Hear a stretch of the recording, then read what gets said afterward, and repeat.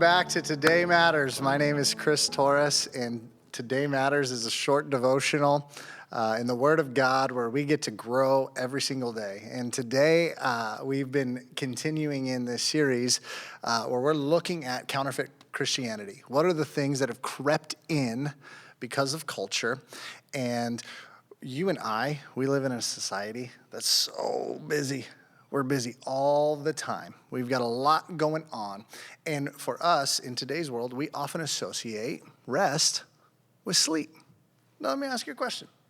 I don't know about you, but there's been times where I've had plenty of sleep, but I'm still tired. I still feel exhausted and worn out, burned out, depressed, sad, like I can't keep going. But even when I get a full night's sleep.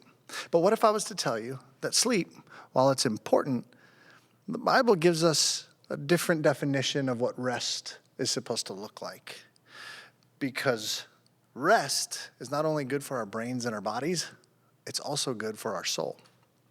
Now, I don't know if you know this, but in the Hebrew language, there are 53 words that insinuate sleep. That can be in the midnight hour, slumber, as the sun went down, arising in the morning, all of these things that insinuate sleep. But it's interesting when you look at it, not one of them is attached to rest or has anything to do with rest. And that's very interesting because actually, if we were to look at what does the culture look like back then, well, rest was not associated with sleep. Why? Because sleep happened in the dark. And if you lived in ancient Israel or the desert lands in the Middle East, that was a dangerous place. The dark was actually not a safe place. It was when you were most vulnerable.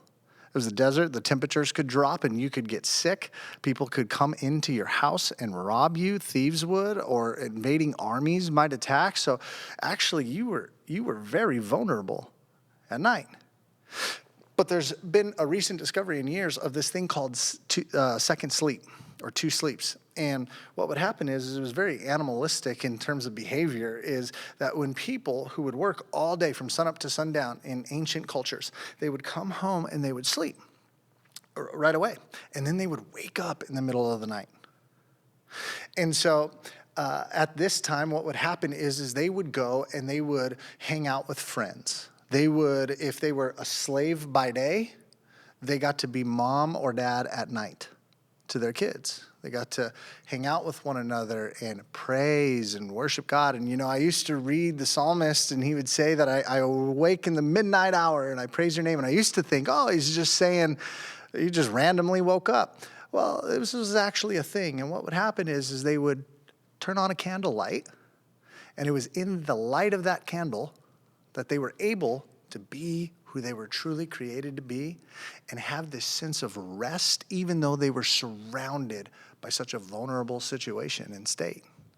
So it's interesting when we look at the words of Jesus in Matthew 11, 28 and 30. And here's what he says. He says, "Come to me, all you who are weary and burdened, and I will give you rest." He says, "Take my yoke upon you and learn from me, for I am gentle and humble in heart, and you will find rest for your souls. For my yoke is easy and my burden is light." But Jesus in John 8:12, he says this. He says, "I am the light of the world, and whoever follows me will not have to walk in darkness." What's he saying? He's saying that in my state of vulnerability, where I'm stressed out, where I'm tired, I'm burnt out. He says, in my state of vulnerability, he's able to give me a sense of security. And isn't that what we're looking for?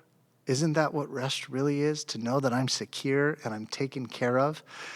I can be who I really am when my life is in Jesus' hands, when I take all my cares, all my burdens, and I turn it to him.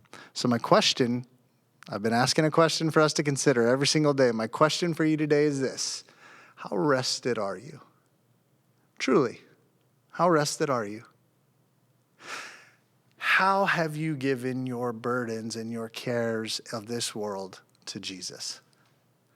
And if the answer is, I'm exhausted, well, then you know where to start. Spend some time in prayer today, sitting alone with the Lord. Shut off the devices and just be with him.